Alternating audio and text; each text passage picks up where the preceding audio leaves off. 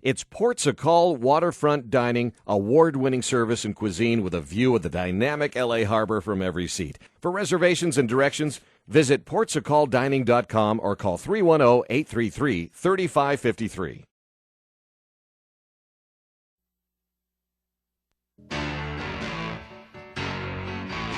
Welcome to LA Radio Sessions. I'm your host, Mike Stark.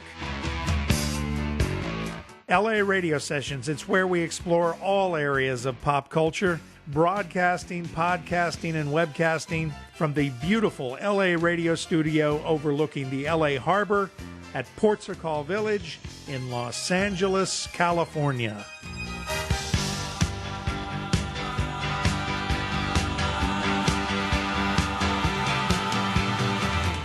All right, here we go.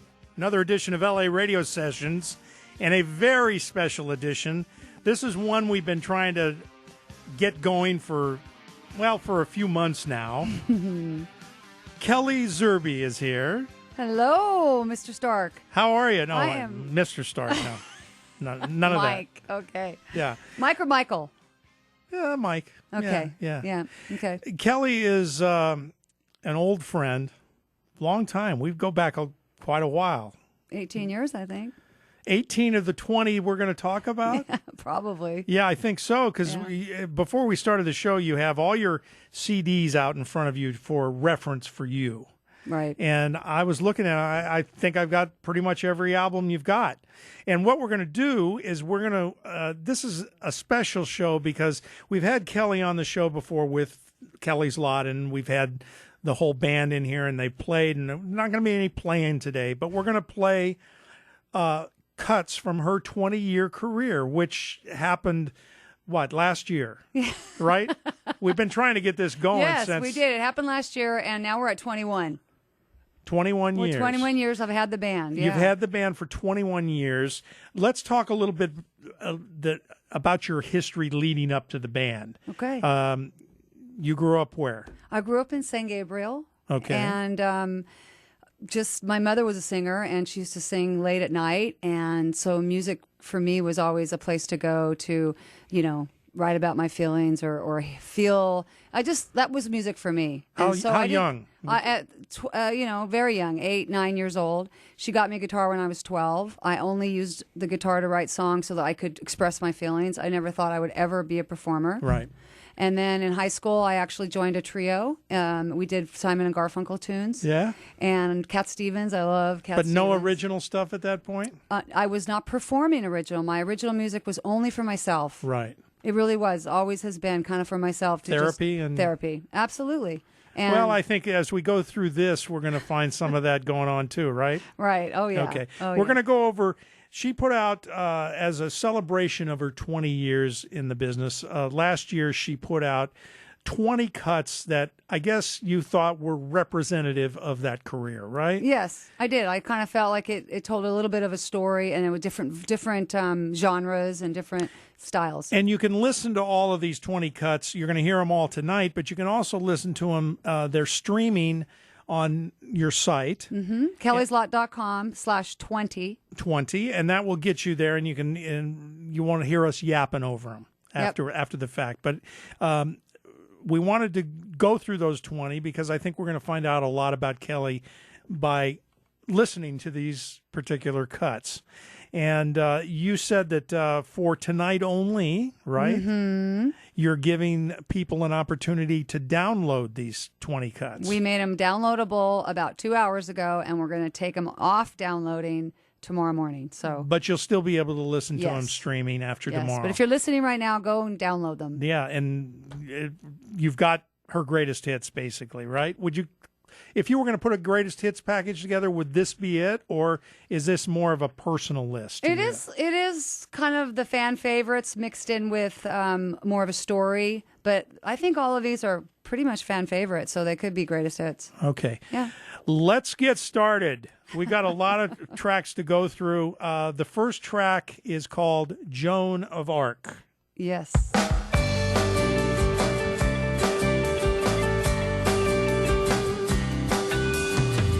What was I thinking as a child growing up? that if I could just be tough, that I'd get by. What was I thinking with that young soul of mine? That all alone, all by myself, that I'd be fine. I always thought I had to be so brave and strong to do my best, never do wrong, to hide my soul right next to my heart and be. So this was off your first album? This was we recorded this live at the Troubadour and on our first album. And if I'm correct, this I think this might have been live at the Troubadour. It sounds really? like live at the Troubadour. Sounds really good, though. Yeah, Good- the live at the Troubadour CD is great. It's 5 tracks, and it just came out really nice. Yeah, I think that's the live at the Troubadour. And was this one of your first records? Yes, I had Perry Robertson, who became my guitar player and eventually my husband. Produced Guitar player first, then husband? Yeah, well, yes. Yeah. Actually, boyfriend first. Oh, okay. Then, no, producer, boyfriend. Wait, producer, boyfriend. Isn't that how it usually works? Yeah. Producer, casting Well, your couch. producer normally isn't in the mix. No, wait. Boyfriend, producer. It was. Okay, first it was boyfriend. Then it was producer. Right. He produced Live at the Troubadour. And then he became a band member, and then we got married. Okay. He had to prove himself. So, yeah, Joan of Arc is a, it's a song about, being a powerful woman like Joan of Arc. I always wanted to be Joan of Arc. Always wanted to be Joan of Arc. And so I had to write a song about that because I used to be obsessed reading about her. Right. And it's just about being strong. Now, we should mention that all of these CDs that we're going to be mentioning are available for purchase, right? Yes. Every one of them you can get. Well, the only one that's not available actually is this chapter 1 and 2, which is Live at the Troubadour and our first demo. But if So Joan of Arc people can't get. they can get it off the test drive CD, Oh, okay. okay, because we redid it on there. So. Okay. Gotcha. All right. So, but that was the beginnings. That was the the beginning. beginnings. That was the beginning. Kelly's Lot, same band that you have today, or have there been personnel changes? There has been in 21 years. We are we It's have you and Perry basically, and then people mixed in and out of the band. and most people have been in the band 14 to 18 years. Okay. So a long, good chunk of time for an independent band. I think that we're pretty strong on that. Right. It's not easy keeping them, but they all come back. Let's Right. put it this way: they all come back. They come crawling back, right? Yeah. So Except that one guy, and that's okay because Yeah. I don't want him back. Oh, okay. Well, we won't talk about that We one won't guy. tell you. We don't know who that one guy Yeah. is. Yeah, he knows who he is. All right, let's go. Let's go with the second cut. Back to L.A.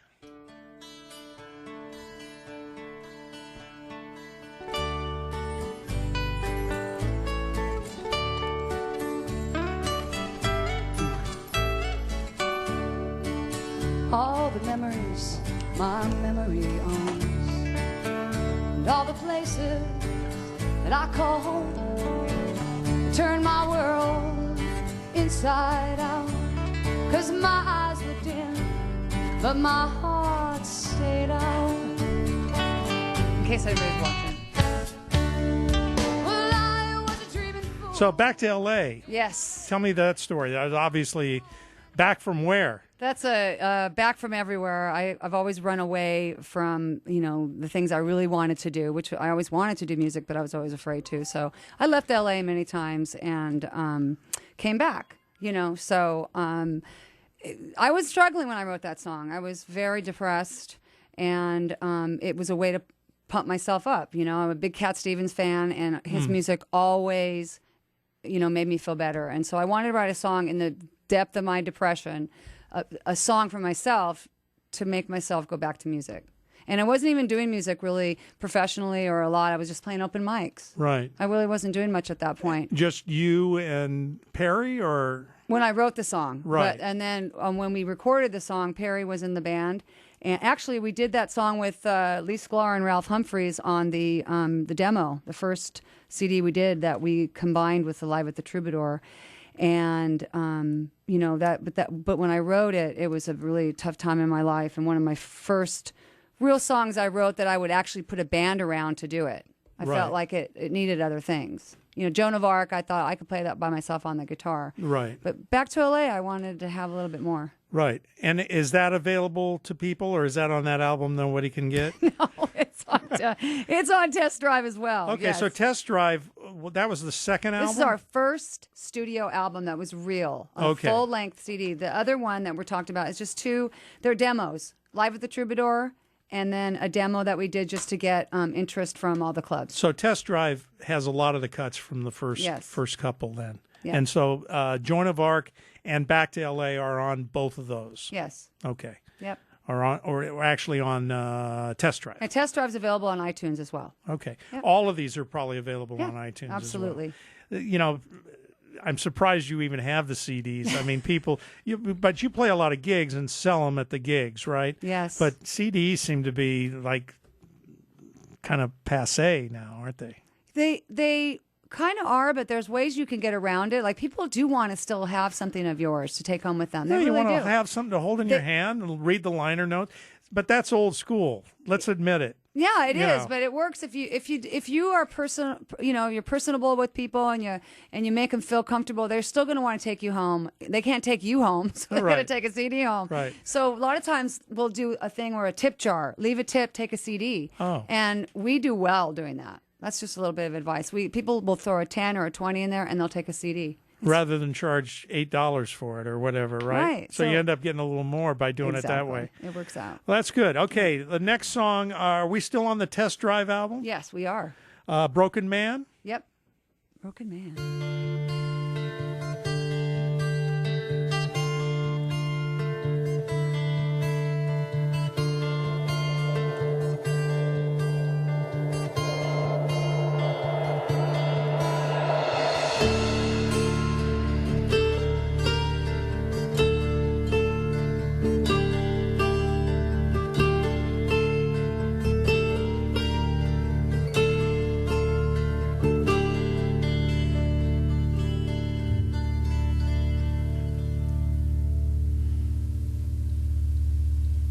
One by one they left you there, sitting on a breaking chair. One by one without a sound, they left you falling to the ground. Say hi, Mike. She felt you there, she took your hand, and with her heart she helped you stand. Knowing you were a broken man, she gave her heart so you could stand. Who's the broken man, Kelly? Broken Man is a homeless man that I saw in Santa Monica, and his homeless woman was helping him. And they're both broken. And she was helping him just get up and move around. And I used to love to hang out in Santa Monica, and there's a lot of homeless population down there. So When did you write this tune? I wrote that probably in '94 before I had the band. In 94, it's now 2016, and that song probably is more relevant today than when you wrote it, unfortunately, right? Yep. Yeah, it's also a song that keeps coming back. It's been in 3 movies, and people love it. It's a fan favorite. Really? People when we do the rock shows, we'll pull out Broken Man, and they'll just like, it's something special. It's Right. eerie. What movies was it in? It was in a movie that J. Peter Robinson did called I think it's Broken Secrets. And then it was in a documentary for hepatitis C awareness, which is what I used to do. Right.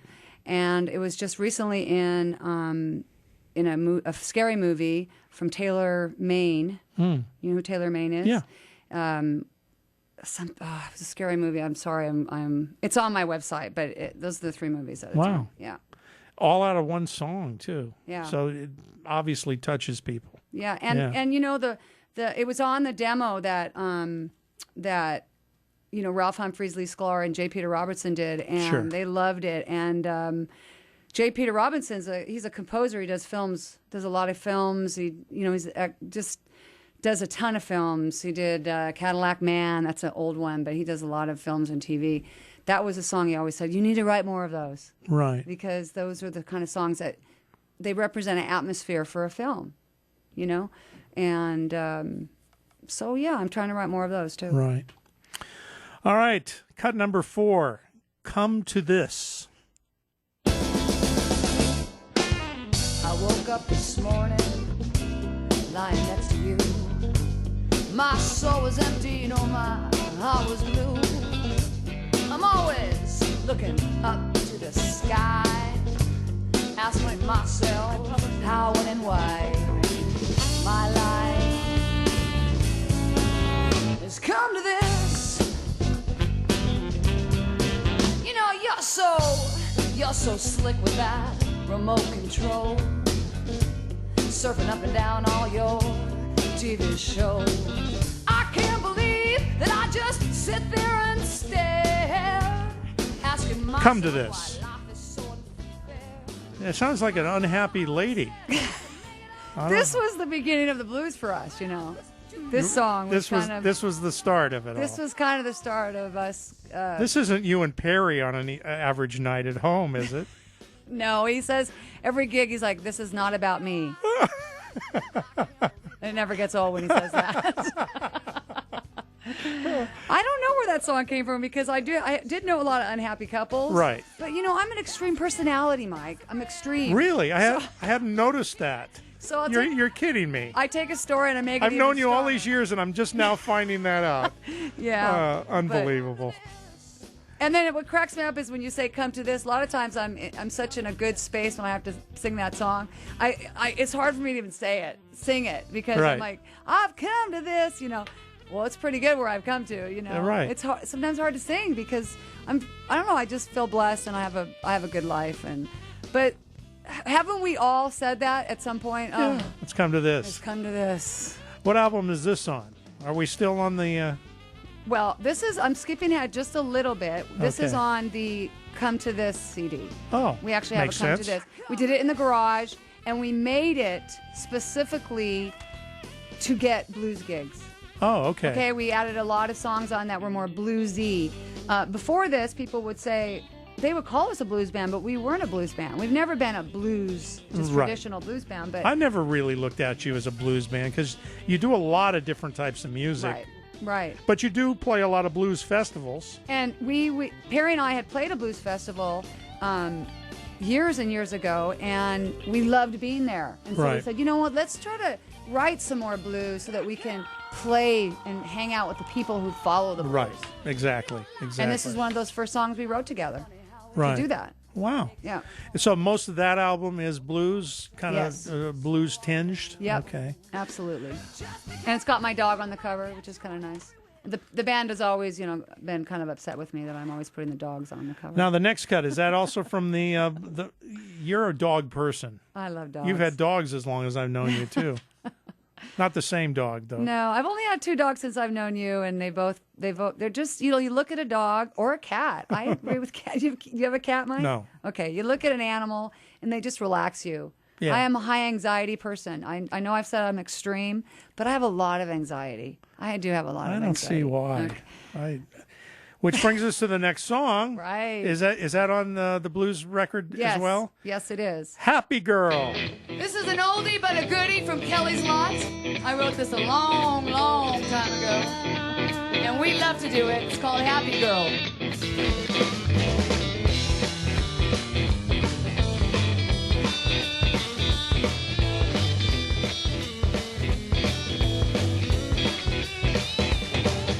Well, baby, take a look at me. It's not hard to see that I'm a happy girl. Well, I lost in love my whole life long, and I ain't singing no sad songs. 'Cause I've been around this cold, dark world, but I'm still I'm a happy girl. So again, part of the blues thing, and you're Yes. trying to get into the blues.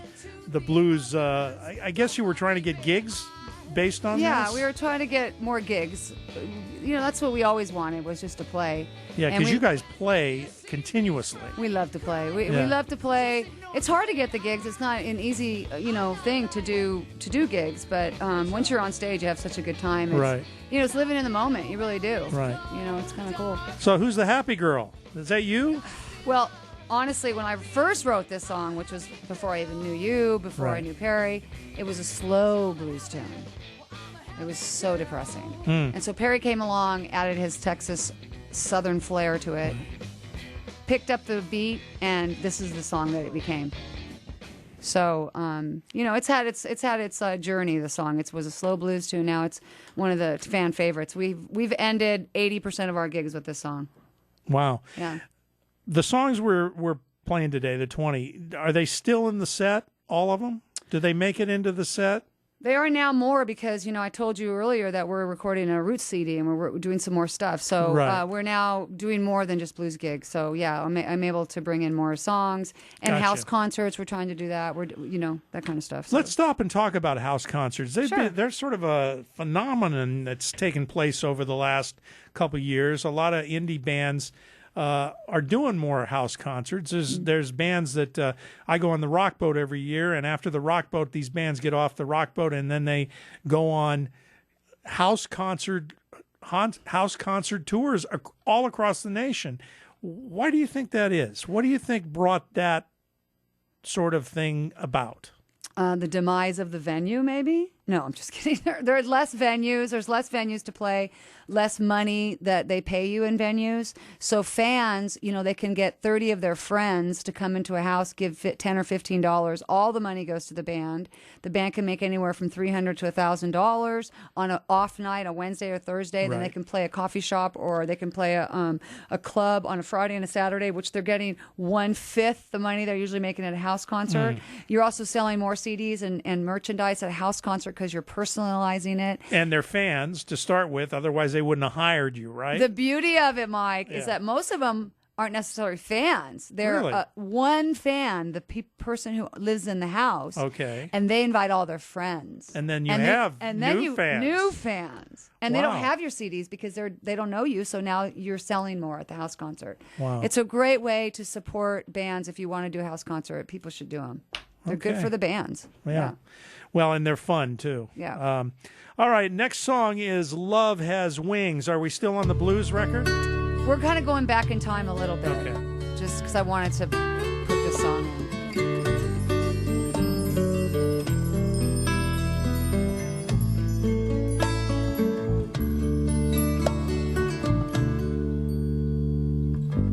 If I said I loved you, would you hold it against me?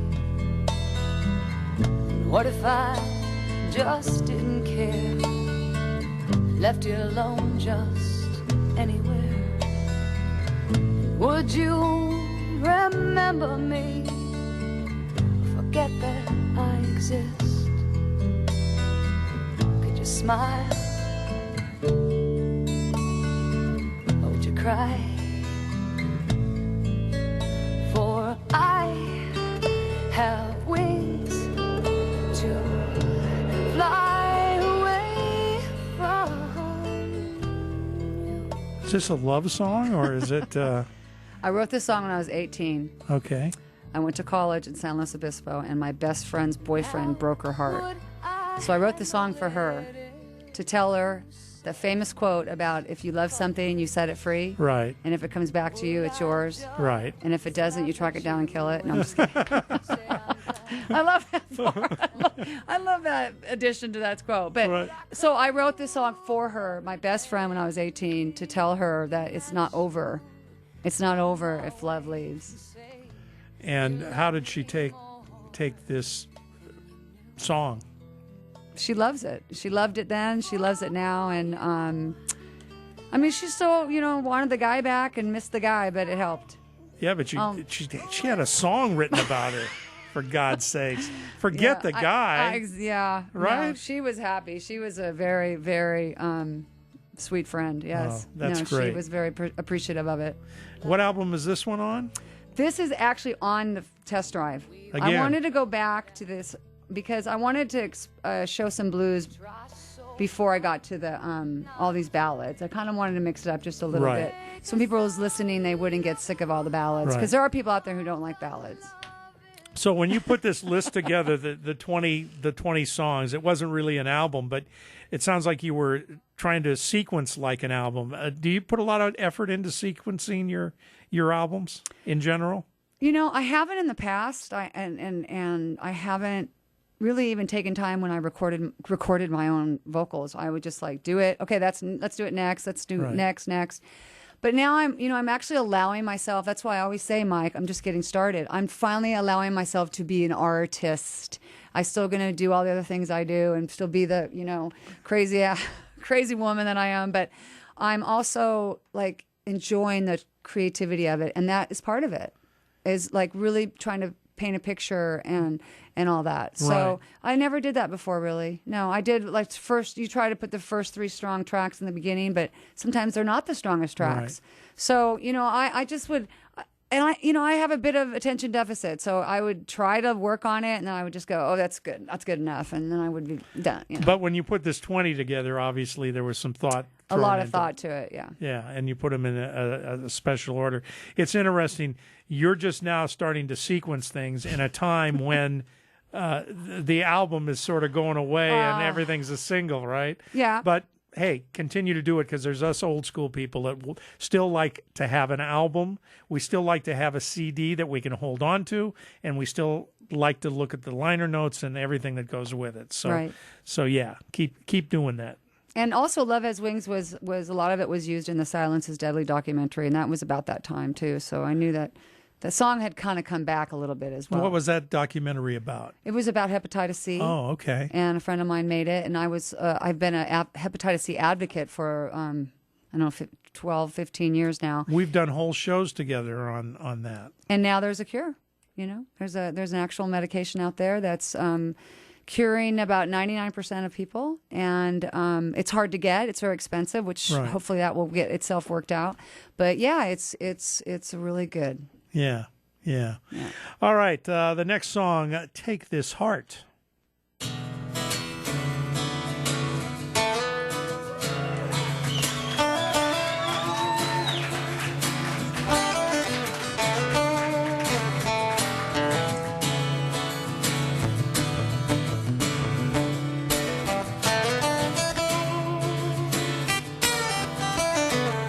Take this heart, well, take it away from me. Take this soul, get out of here, just go. Take my heart.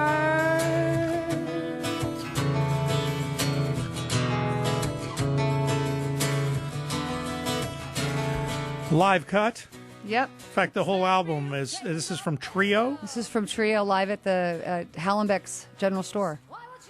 Did you ever go there? No, I never have. Tell me about the place. It's in North Hollywood, and it's a sweet little place with all old-fashioned merchandise, and it's a coffee shop and live music with a lot of live music. Teresa James did a CD out of there. Quite a few people did. We did 2 live CDs out of there, and this is just me. This is Perry and Rob Zucca, who owns the coffee shop with his sister. Oh, okay. And so we did this CD called Trio, and this was the track "Take This Heart" from it.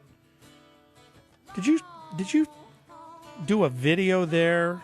Not of any of the songs that are on here, but of about the soldiers, Yes. right? We did I'll Go from Hallenbeck's Cafe. Yes. That's what I thought. Yeah. Yeah. We also did Back to LA from there. Yeah, We did a video that for that. based on the video, that it is a funky little place. Yes, yeah. it's- It's not on the list, but you should definitely check out that video. What's the name of the song again? It's Help me. called I'll Go, A Soldier's Oath. And it is. If you're not in tears at the end of it, then there's something wrong with you.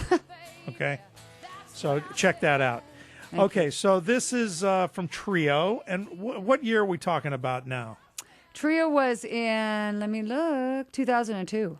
Okay, so we're moving up. Yeah. We're moving up towards the We're about a halfway point, or maybe not even there yet. We're not halfway on this CD. It isn't really a CD.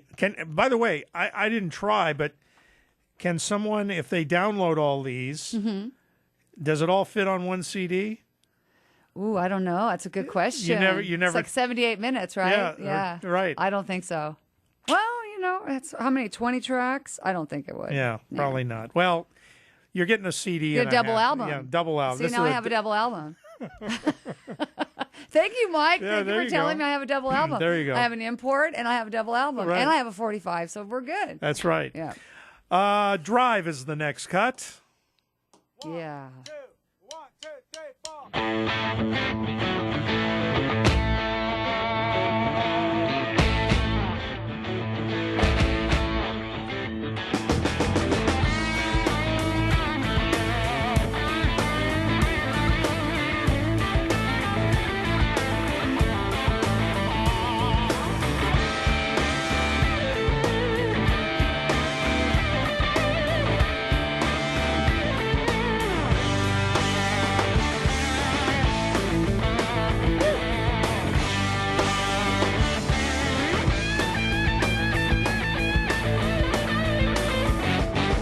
All your life you drive alone, leave behind every home. You run away from all things deep, thought too much in your sleep.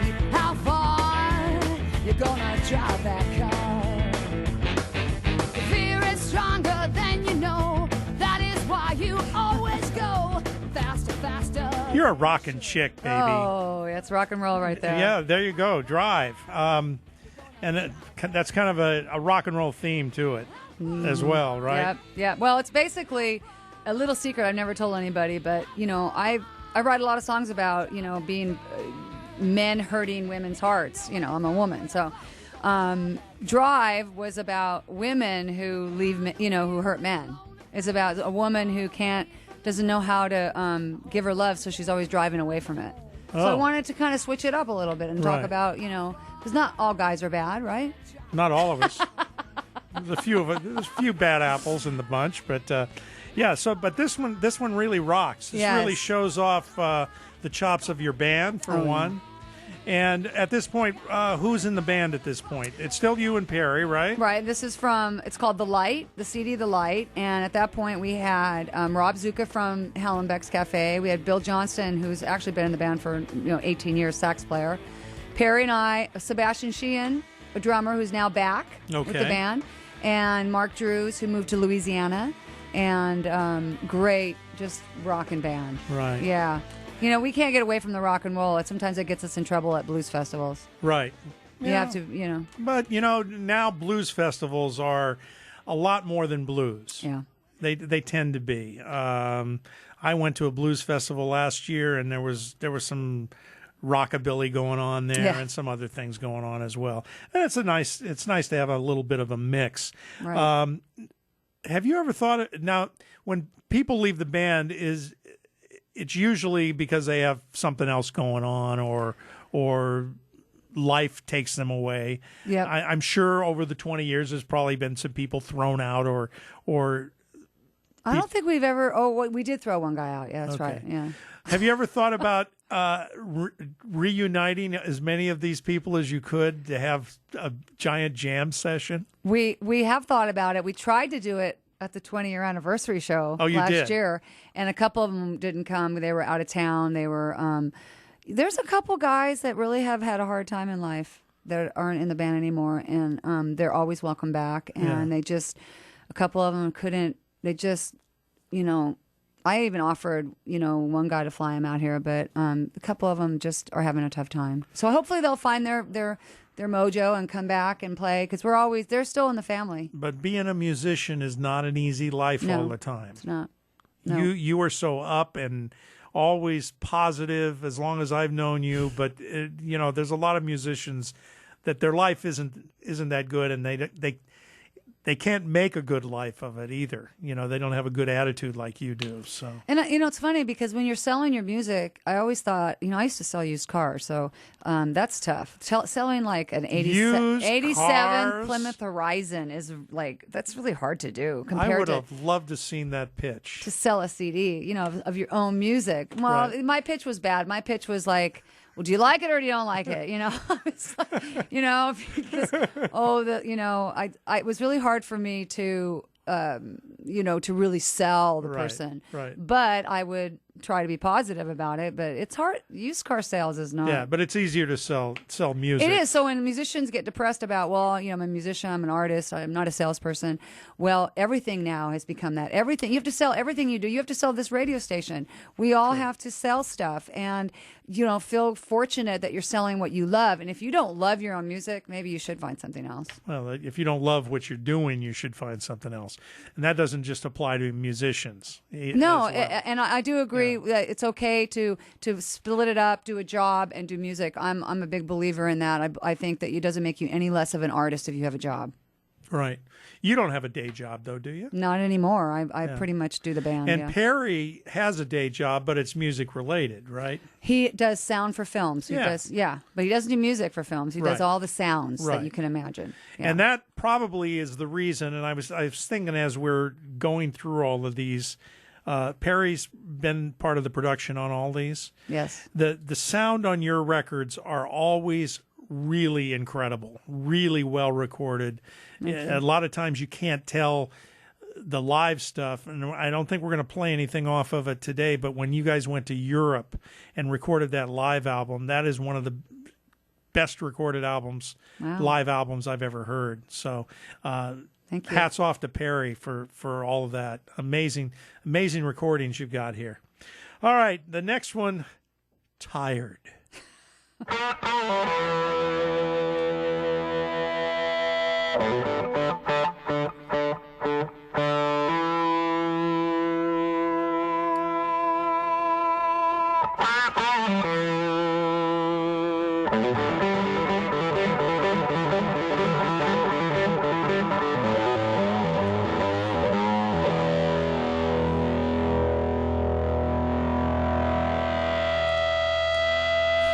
I'm tired.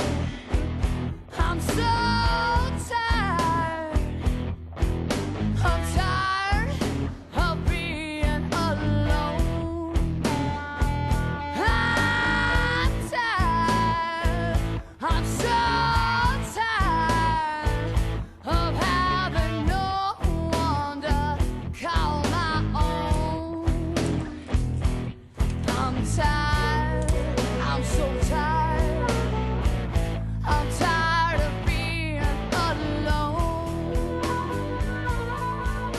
I take it from that you were tired. No, back to the bluesy stuff Yeah, again, and that's some serious blues, but that's not on that blues album, right? No, this is on the Light, which actually has rock and blues on that. It has a little album. mix Yeah. of both on Yep. it. That's a bluesy tune, though, and inspirations on that. Just listening to old blues and remembering my mom and Etta James and that whole thing, and just like, I want to sing like that. I want to write something like that, and just, you know, immersing myself in this guttural blues. And then Perry started playing this lick, and then I just went, ah! That was Perry at the beginning. Yeah. And you know, it's in me, Mike. A lot of this stuff is in me, but I have to like yank it out, because, you know, writing music and doing, you know, the artistic stuff, you have to sit in and you have to focus and let yourself feel. Right. And sometimes it's, you know, sometimes I don't have the patience for that. It's true. I don't have the patience for my own feelings. That's okay. funny. That's funny. It's true. It's like, okay, all right, enough. You've thought about that. You felt that. Next. Yeah. I mean, my favorite phrase in the world is next. Right. You like to keep moving. I do. Move forward. I do. I like to move forward. That's why when I do the songwriting challenge, I always say, the deadline's in 1 hour. I'm writing the song in 2. You know, then I could get it over with. How does this sort of mentality work in the recording studio?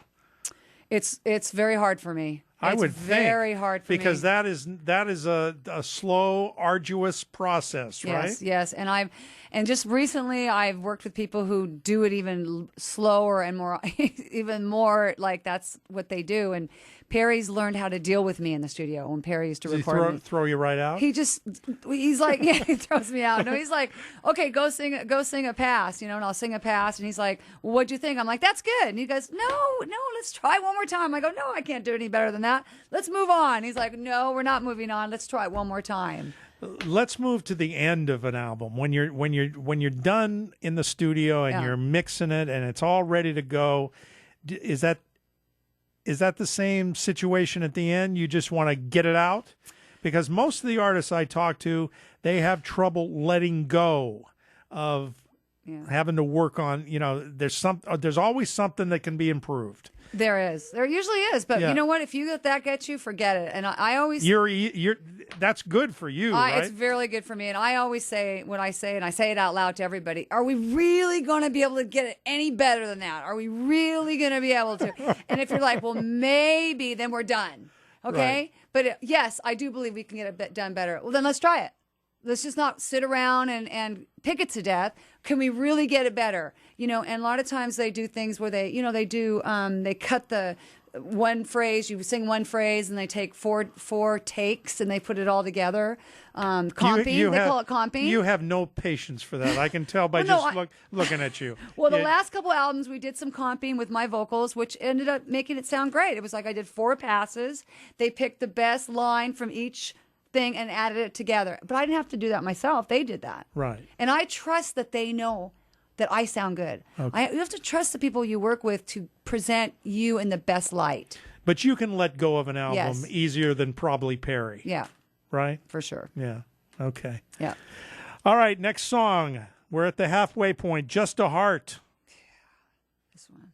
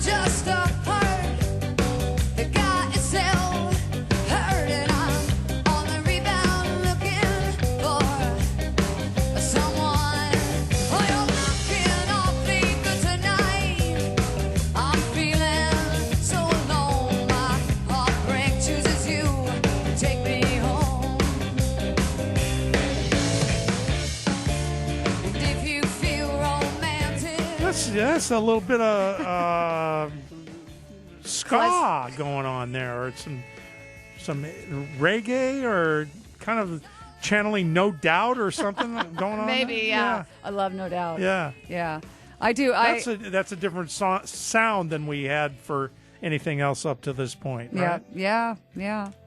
I wrote that's actually on the very first recording as well. Really? Ralph Humphreys and Lee Sklar and J. Peter Robinson played on. It's a completely kind of a different sound. So Perry and I took that song and we just made it listen more like this, more earthy but fun. Right. And where did that end up second time around? On Pastrami and Jam. Okay. And this one, I don't know if I told you about this one. This was done in a circle at Hallenbeck's Cafe. And it was, we all stood in a circle and we were just playing to help the engineer at the venue learn the system. And he said, can you come in here and play 10 songs while I learn the system? We said, sure. We came in, we stood in a circle, had the drummer in front of me, and he hit record, and we played the 10 songs, and that's why there's 7 covers, because we never knew we were going to make a CD out of it. Wow. There's House of the Rising Sun, and 1 bass note was fixed on here, and that's it. What a great story. Yeah, what it's a like great 50s. story. The 50s, I did it that way. Yeah, and again, as I'm listening to the beginning of that sort of soft beginning, the recording is stunning. It really is. The lots of stereo stuff going on, and just really well done. Again, hats off to Perry. And Scotty Lunn, actually, he's the one that was back there learning the system, mixing it while we were playing. Right. So he did. Little did he know he was producing an album at the same time. He right? didn't know. That's amazing. Yeah. And it's called Pastrami and Jam because we had done a show at the Rose Bowl for the Susan G. Komen Foundation. We had played at 8 o'clock in the morning. We were on our way back from there. We stopped for pastrami sandwiches, and we were just going to jam for our friend at this place while he learned the equipment. So you had pastrami and then and we jammed. And then I did a contest on Facebook. I don't know if you knew this, but I did a contest remember that. for the cover. Right. And we got some very weird pictures. Yeah. Pastrami and jam. We had some pretty weird pictures. You're really good about involving your audience in everything you do. You mentioned earlier, and let's talk about it a little further about how a couple of your songs have been written by fans. Tell those that don't know how you did that. Well, I've just basically, I wanted to write more songs, so I've challenged myself. I put it on Facebook and I said, okay, I want you guys to give me a word, just one word, and I'm going to pick a word. I'm cutting it off at noon, say, and then I'm going to pick a word and I'm going to write a song in 2 hours. Go. And then I get 200 words. I sit there, I look at the words, and I look at the person who sent it. And it means a lot to me, the combination of those two things. Right. I think about what the person that I know, and most of the people I do know that are on Facebook that are my fans. I know them somehow. Or I go look at their page, and I see what is the story of them, and why are they putting that word thorn, or why are they saying that word home? Not just the word, but why is that person saying that word? So in a way, you're right. They are writing the song. Even though they've only given me one word, their experience, my experience with them and that one word wrote the song for me. And you've done that how many times? 6 times. I got 6 songs. I just really, and I'm really loving these songs. They're not about me. I always bring myself into a song, but sure, I don't start with me. If you start with yourself, for me, if I start with myself in a song, more power to people who can do it. I can't start with me. Like, oh, how am I feeling today? I can't do it. I can't do it. I have a great life. I feel blessed. I need, maybe Perry has to break my heart for me to write a song about me. I don't know, but but I am empathetic to other people's, plights and sadness. I'm very, very, very touched by it. And so if I think of somebody else, it automatically becomes a song. Well, then that's evident in all the charity work you do as well. So, yeah. Okay, next song is Today.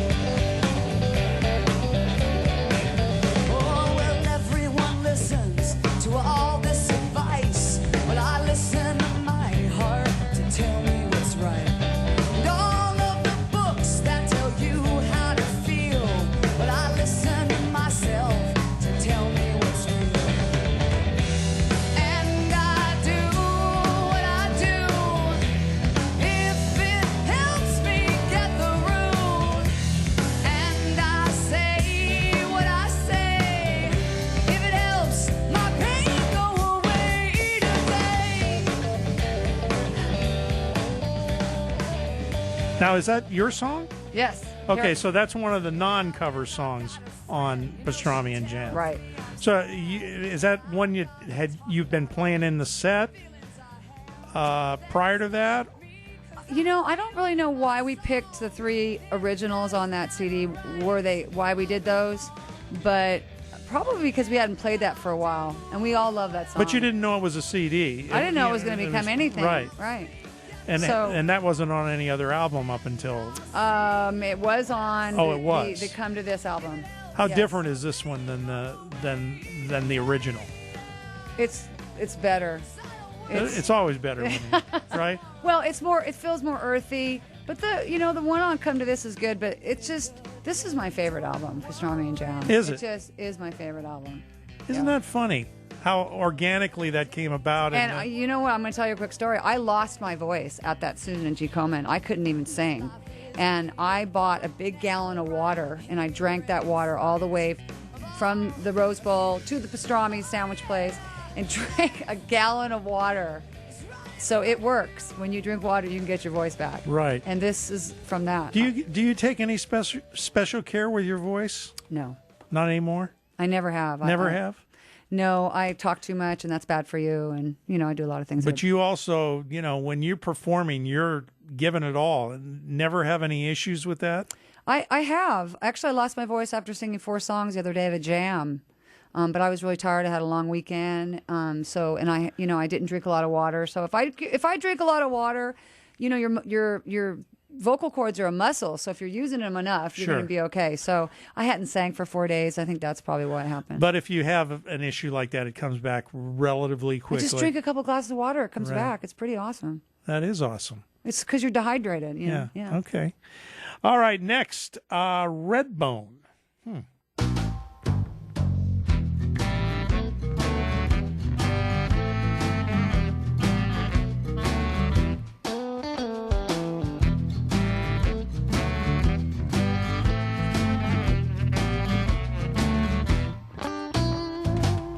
Someone stole my heart away. I thought it was you. Okay, Redbone. It's from The Light as well. Yes. I thought it was from the Brussels, but I wanted Bill, my sax player, in a couple more tracks, so that's why I put him on that one. Is Redbone on the live one as well? It is also on that one as well. Yep. Tell me about Redbone. Redbone is just I love theater. I love musical theater. So this reminds me of a musical theater tune. Okay. And there's a little of that. Yeah, it's dramatic. Yeah. It's a dramatic song about that I can't, love is raining down on me, and it's just it's a dramatic theater song. I don't know. That's all. I don't picture you as a theater singer, but and then when I wrote it, everybody said, sounds like Leon Redbone. That's why we called it Redbone. Oh, okay. That's the only reason it's called Redbone. It does have a little Redbone feel to it, yes. And of course, when I wrote the song, it's just me on the guitar. And so Perry and the band, they end up giving me the, that feeling on a lot of the songs where it's not coming from me, it's coming from them. When you write a song like this and you bring it to the band, what's the process? How does that work? You write the lyrics and the basic melody and then present it to who? Perry, and then does it go from there? How does that work? Well, if Perry and I write a song together, we just write it, by ourselves, and he usually has a riff or some really cool chord changes, and then I write the melody and the lyrics, and then we bring it to the band and we let them do whatever they want. Like, what do you feel in this song? And then some people are going to have to give up their vision because it doesn't fit with that vision. Gotcha. And we all kind of go, well, his vision's better. Let's do that. So, and everybody's usually good with that. Well, they know who the boss is, right? Well, they know what they hear. Right. Their egos aren't going to get in the way. Right. Because we're just having fun. Right. With this music. It is. We're having fun. Yeah. That's how come we lasted 21 years. Absolutely. I think. No, I think you're right. I think you're probably right. But it's not a struggle, it doesn't sound like. Not really. No. And I, I've started to, say, let's write some more songs. Bring me a song, that you guys want to, if maybe you can write a song. And they don't usually do that. They're usually happy just doing my songs. That's because you're cranking them out. I guess. They believe in me. When you can't crank them out, then you go to Facebook and you have other people write them. So yeah, you're continuously on it. Yeah, that's right. All right. Nobody here but me.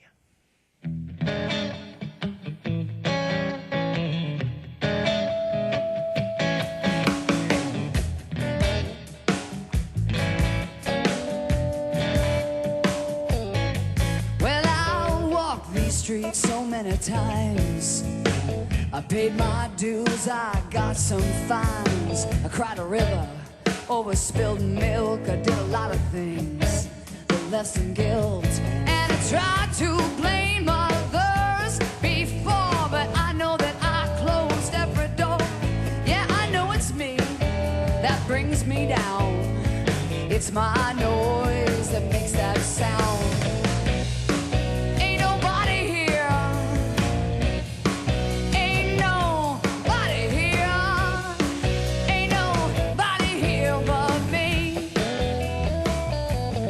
Now that's from The Light as well? That's from Pastrami and Jam. Oh, okay. Because there's... I know. You know what? It's funny because we have repeated the song. 3 times. That's the same song that's on The Light? Yes, but But- this is the one that's from Pastrami and Jam that we're listening to. Okay. And then it's also on... But you got to remember, Pastrami and Jam wasn't going to be a CD, and it Right. just came out. It ended up being so good. and that then it's also on this... it this is on Live in Brussels. Live in Brussels. Yep. And the Live in Brussels, we haven't heard any cuts off of it, but a lot of the things that we're playing are on Live at Brussels. Yes. And personally, if you're only going to get one CD, I recommend this one, Okay. the Live Well, in then Brussels. you get us for what we are live. Yeah. Too. You get us Yeah. for and it's from the Montmartre in Brussels, and it was after a 3-week tour that we did in Europe, and it was fun. Yeah, and we talked about this the last time you were here. The audiences over there were amazing, right? Yeah, they love any kind of music. They love the blues, but they really love all styles of music. Right. And they just want you to be that you be real. It really that's the whole thing about Europe. If you're real, and I'm pretty real, You're pretty real. sometimes a little too real, but no, they like that you're opening your heart to them. Right. That's what they like. Yeah. Just like everybody, I think everybody in the world likes that. Yeah, but I think we're a little more jaded here in the U.S. Yeah, and a little less bit. and less open to anything that we don't know or know about. It's got to be a hit before we like it. A lot of times. It's funny, personality-wise, sometimes I always feel in America or maybe California mostly, is that people, when they first meet me, they're kind of like, like they're trying to figure me out, right?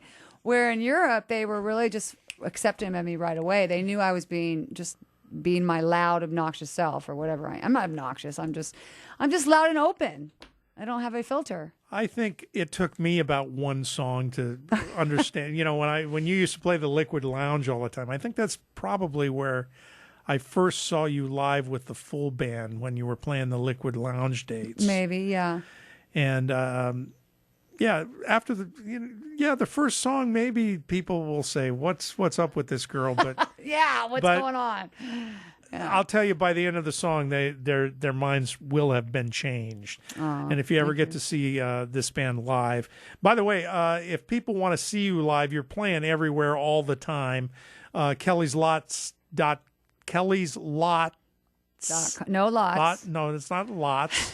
Kelly's. Well, there's lots of stuff there. There's but... lots of stuff at kellyslot.com. And there's no apostrophe, so kellyslot.com. Oh, there you go. There you go. Since there's no apostrophe. All the tour dates, everything going on there. Yeah. And you keep a very good update of that website as well. Yeah, you should when you want people to go there. I mean, people think, people don't go to my website or people don't, listen on. They do. People are out there listening and they're out there and watching. you have Facebook presence. Yep. The band has a Facebook presence. And anything else? Do you do any of the other social medias? Or Well, we have a YouTube channel. We have tons of video there, Right. and we have a Twitter account. Right. So if you do everything /Kelly Slot, I gotta stop saying that. You got it covered. Yeah. And you're very good with the social media, and you kind of have to be nowadays, right? Yeah, and I do enjoy it because, I don't feel entitled that people should listen to me. So. And I'm not saying people do that, but I want to reach out to people emotionally as well. And you can't do that unless you do social media. But thinking about your career 20 years ago, there was no internet it was in its very early stages. Right. And, so you have grown with the technology and learned how to use it. I was online pretty early too because Go Girls Music, Shay and I were both involved in that, and we were online very early on. I have an AOL account still. Yeah, so do I. Yeah, baby. People hate us. I know because we have like, AOL. AOL. Yeah, it's great. I never get a virus, or I never get. No, a problem. I never had any problems. Yeah. Okay, let's see where we're at here. We're at. Did we play Restless already? No, we're getting there now. All right, Restless. Let's do it.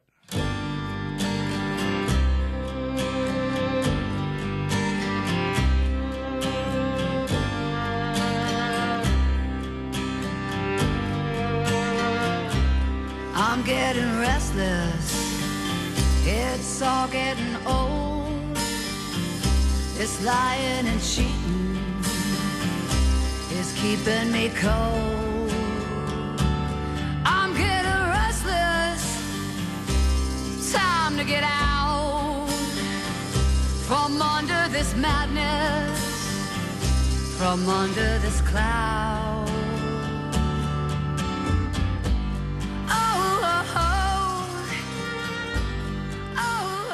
Restless. You are a restless woman, aren't you? This is a song about, actually, originally was inspired by the Middle East and all those countries that just, they want to get out from under a tyrannical. That's what this song started at. Oh, okay. And if you watch the video, it's from years of people just wanting to be free from their tyrannical, is that the right word? Leaders. Yeah. So as I wrote it, that was 99% of my head, that whole situation. And then it was a little bit of somebody who feels trapped in a situation as well. But right. Mostly just the Middle East. That's really has inspired me. Well, isn't that what makes a great song? It can be applied to several different types of situations. Right. And another song that probably means as much today with our situation in the world as it did when you made this record, which I'm looking for a date on it. Is it 2011? I don't see a date, but 12 maybe. Yeah, and this is also the record that this is Plain Simple Me. And this is the one that also has I'll Go, A Soldier's Oath, which is an amazing song as well. What were you shooting for with this album? It started out, I'm going to do my solo album. Kind of started like that. Oh, right? It was going to be a Kelly Z kind of thing. But then I realized, I used a lot of the players on it, and I am Kelly's lot. So I just keep the name. And it just was a lot of my old songs I'd written that were ballads and folk tunes. And right. But I ended up using a lot of my guys in it. And, we decided to keep Kelly's lot going. Also on Plain Simple Me is Running.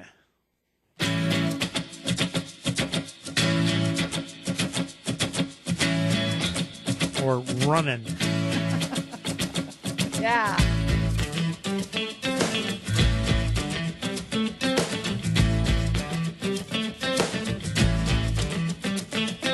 Running down a long and dusty road. I'm running down a long and dusty road. It don't matter where I've been. It don't matter where I go. Another blues feel to that song. And you're running again. Or not running, running. Well, I'm a runner, right? So you are a runner, I aren't am you? a runner. And my friend Leo Shoemaker, who has a blues station up in Santa Barbara, okay. He also has a running show. He asked me to write a song for his running show. So that's what that is. I wrote a song for a live running show that he does visually. It's a video show that's out of Santa Barbara. Yep. So I need to write you a song, Mike. That just crossed my mind. I'll get rid of Randy Newman at the front of this show. For all your podcasts, I'll just be writing all the songs. Yeah, that'd be awesome. Give me the challenge. All I have to do is give you one word, and you're there. Right? Oh no! Oh no! I've created a monster. Yeah. No, I'll give you the whole title of a show, and there you go. See where we go. Yeah, it sounds good to me. Okay, so that's also on Plain Simple Me, right? Yes. Yes. We kind of wanted to bridge the next CD, which was going to be more blues, and so we added that as the last. That last song was the last song on the CD, so people are reminded that we're still doing the blues. Right. Right. Yeah.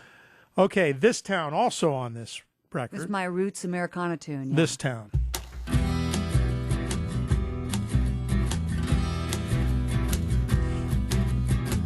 Living in this town, it takes so much. Well, everybody's looking for a touch. There's no time to belong or just hang on. Living in this town, it takes so much. Oh. What town are we talking about here? L.A., baby. L.A. It takes so much to live here, huh? Emotionally, I think either you got to turn it off or you got to suffer through it. I mean, I think a lot of towns are like that, but L.A., you can you could turn yourself off and be just fine here. But what fun is that? Yeah. And when you don't turn yourself off, you have to be less sensitive to the reaction you get. That's, interesting. for me. So, but I think, I hang out in a place called, Hollywood Beach. It's in Oxnard, and it's very small townish. Right. And sometimes that's even worse, LA's a big town full of a lot of dreamers. Every other person in this town's a dreamer. Yeah. Or a waiter. A waiter. But the waiters are dreamers. Yeah, the okay? waiters Come are. on. Yeah, but the waiters. You're right. The waiters are looking for their dream. Right. Yeah. That's what I'm trying to say. Yeah. So But when there's people nothing wrong with dreaming.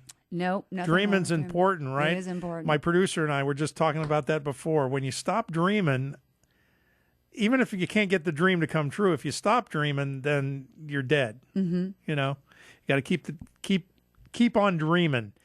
At least dream, and you can move forward from there, if that makes sense. Go towards the dream. Yeah. Again, it's the journey. It really is. Yeah. And it's the when you say, "Oh, that dream isn't real."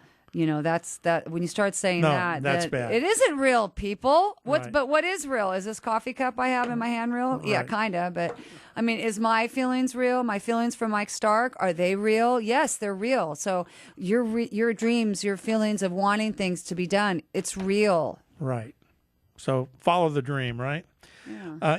Even if you live in this town. See, don't you think I give good advice? No, you do. You do give it good advice. Maybe I'll do a radio show for good Podcast. advice. Yeah, do a podcast. Podcast. Advice podcast. Yeah. Okay, hush up. Don't give my blues away.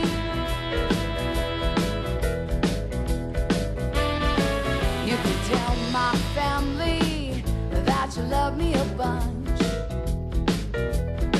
You could tell my friends that you love my sweet touch. But baby, please don't just share so much.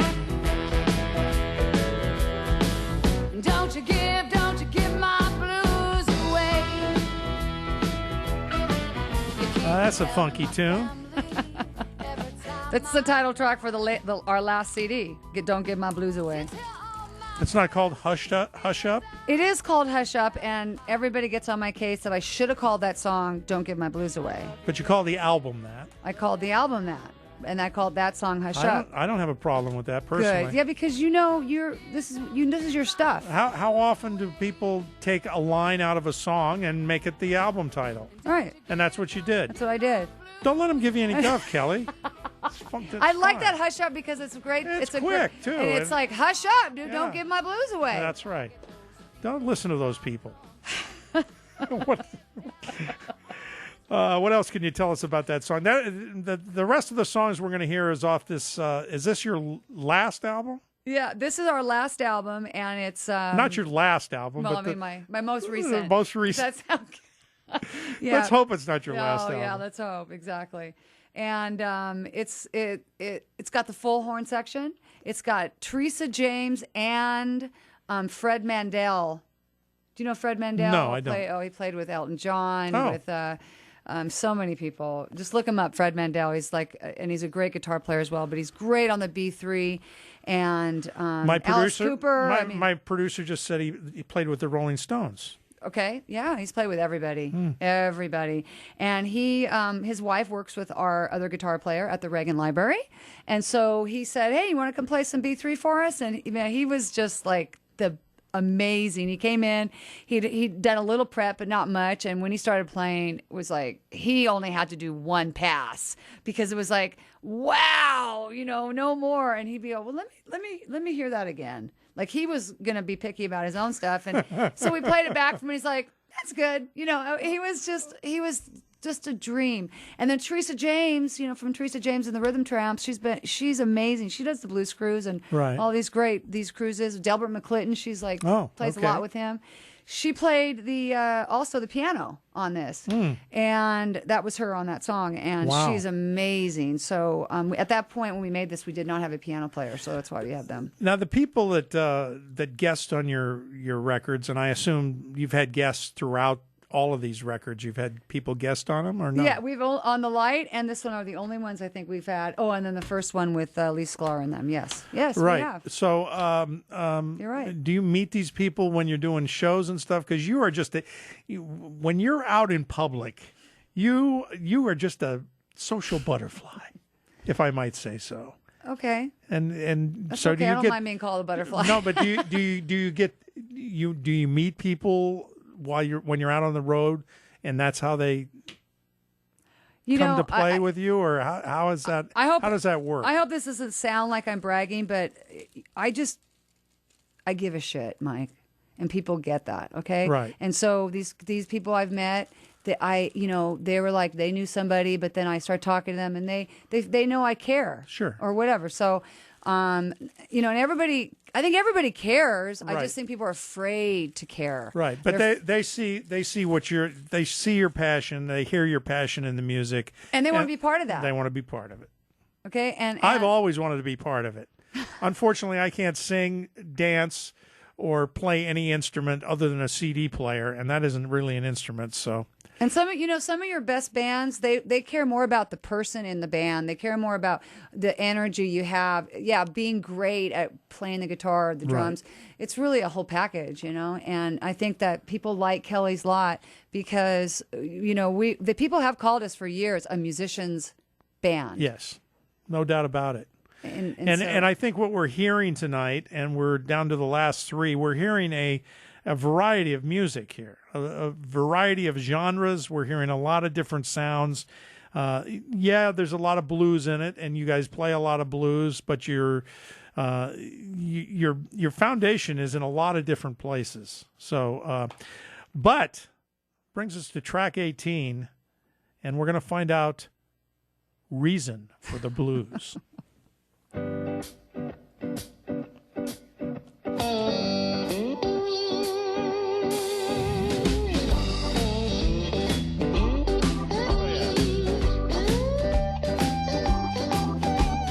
Holding on to heaven ain't easy to do. When the devil comes knocking and he looks like you, you're the only reason I play the fool. Holding on to your love is hard and cold. Oh, but baby, you got me down. There are a lot of reasons for the blues, right? Yeah. Yes. That's a bluesy tune, but it's kind of got a happy feel to it. Well, you talk about the bass, and I think number one bass of the songwriting is Cat Stevens. Not bass, but the inspiration. Still, and he is a positive songwriter to this day. To this day, and when I started writing songs, my mother was depressed, so I was sad for her. I wrote these sad songs, and then I heard Cat Stevens, and I learned how to take sad and make it happy. And so that's why some people don't think, I have to be more like suffering, but I am suffering. These are survival songs. Right. But Cat Stevens, he always kept me positive listening to his music. I mean, and it's deep stuff he writes. Right. Crazy deep stuff. But he has a positive spin to it. Always did. Yeah, you're right. I never thought about that. And that's why I think I am who I am as a songwriter. Cat Stevens. Wow. We're sort of off the track here, but you brought up Cat Stevens. How do you view him now with all of his changes? And well, I was sad that he kind of, went away from Cat Stevens. He became another name and didn't even want to revisit that. But he's back doing that now. And he's back revisiting his old music as well. And he's enjoying it. If you've seen, I think the Rock and Roll Hall of Fame. I mean, he's like, he still has that childlike thing about him that was always so awesome. He's like, oh my God, he's like so excited about it. Right. And the religion aspect, that's just his belief. Right. I think to me, he's a perfect example of that. Being a Muslim can be, spiritually rewarding and wonderful. So he's a perfect example of that. Absolutely. Well, I was a big Cat Stevens fan myself. Actually got to work on a show that he did for the In Concert series years and years ago. And it was a pretty incredible show. He did the entire Foreigner Suite. I don't know if you remember that song. It was one of his later albums, but it took up a whole side of an album. Wow. Yeah, so just an amazing artist. Did you ever get to see him live? I never got to see him live. I think I need to get to England or something, and get there and see him. I don't know. Yeah. All right, we digress, but now we're back on it. I want to find out about Kelly and how she feels about a woman's love. Too corny? No. I went somewhere else. Let your imagination run wild.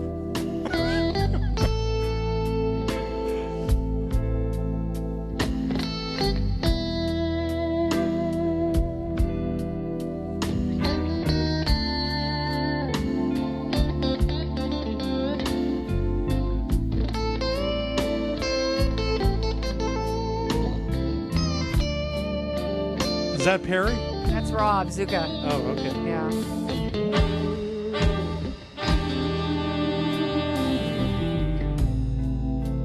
It's time for you to close your eyes. Fred Mandel on the B3. And look inside.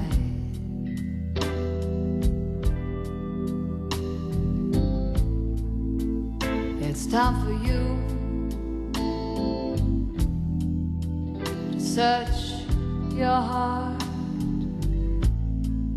and find the man that you are.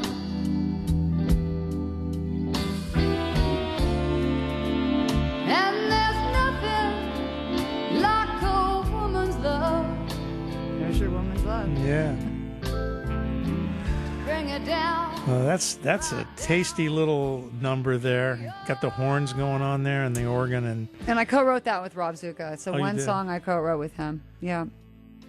Woman's Love. But it again, it's not. It doesn't sound like your story. No.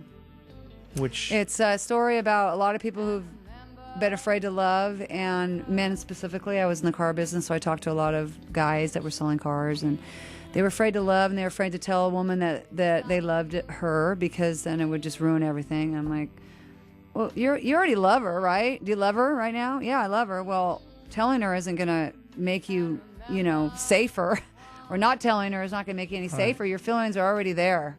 right. So that's what that song came from. It's a beautiful tune. I don't think I've ever heard it before.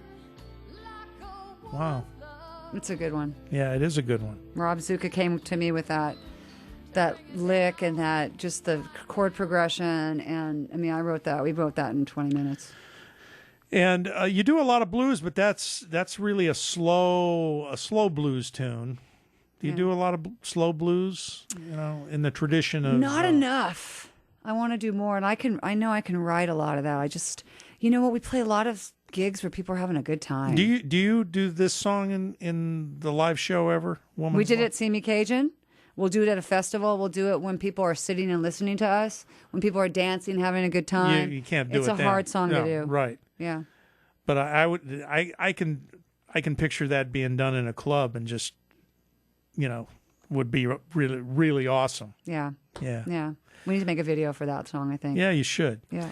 All right, we're down to the final cut on this album. What did you call this initially when you posted it? 20 songs. What did you call it? What, the page? You called it. You almost like it was an album title. 20 Oh, songs. just 20, I think. Didn't 20? I just? Yeah, Kelly's Lot / 20. Oh, okay. Well, this was the 20 songs, and this is number 20 right now.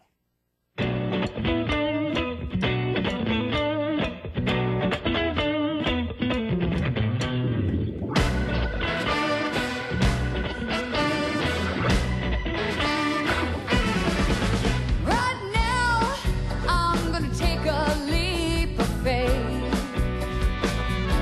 Oh yeah, right now, I'm gonna find the words I can to say that I love you more each day. Tonight, I'm gonna open up my soul. And you know what? That's a great, in your sequencing, that is a great song to close out this album with, because it has it's looking forward. Right now, everything's good, and everything is good, Everything's right? great. Yeah. This has become our ender in a lot of, it's taken over Happy Girl spot. Really? Yeah. So you close the We shows close with this. a lot of shows with this. Yeah. And I always tell people to look to the right, say I love you, look to the left, say I love you. Look behind you, say I love you. Look in front of you, say I love you. And they do it. I love when the people do it. That's great. They do what I say. And and then I sing that song. Well, that's awesome. So Well, I love you. good. Always have. Always I have. love you too, Mike. Well, this has been great, and now you're working on the next album, right? Yep. When is that expected? In August. In August. Okay, that's not too far away. And when the album's done, promise me you'll come in. I promise we'll come in, and we'll also come in for Mr. Chairman and the whole song we wrote for K-Jazz and for Craig Erickson. Sounds good. That's become a and really you bring big... Perry next time? I will bring Perry. And will you let him talk? Well, yeah, he can talk. Yeah. You'll let him get a word Just don't in? hold me to it.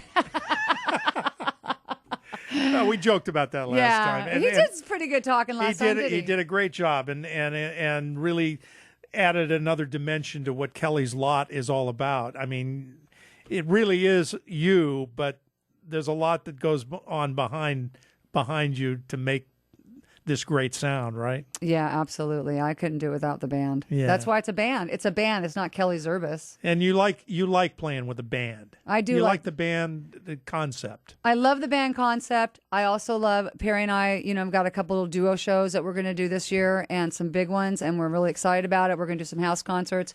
I love both. I like it all. And when I do the acoustic stuff, it inspires me to write more. When I do the band stuff, I get out my yayas. Okay, I get to be in the moment. I get to dance around like a freak, and I have a great time. Yeah. So who doesn't love that? And trust me, folks, if you haven't seen Kelly's Lot, it's a great show, and she has as much energy as you can imagine that you're hearing on this broadcast, because at a show she's insane.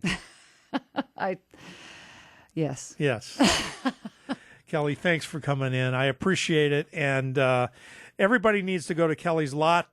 How do you say it? KellySlot.com. And pick up all the albums that you can put into the shopping cart.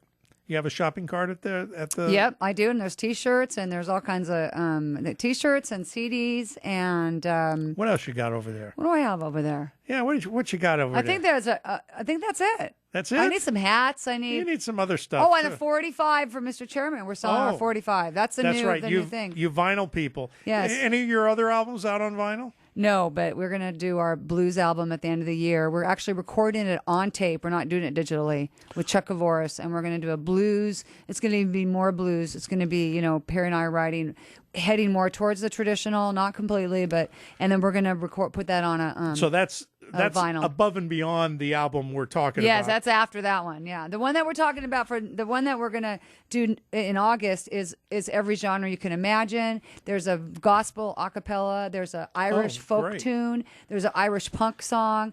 There's an electronic song. There's a southern rock song. I don't think there's a blues song on Got there. a title for the album yet? Bittersweet. Bittersweet.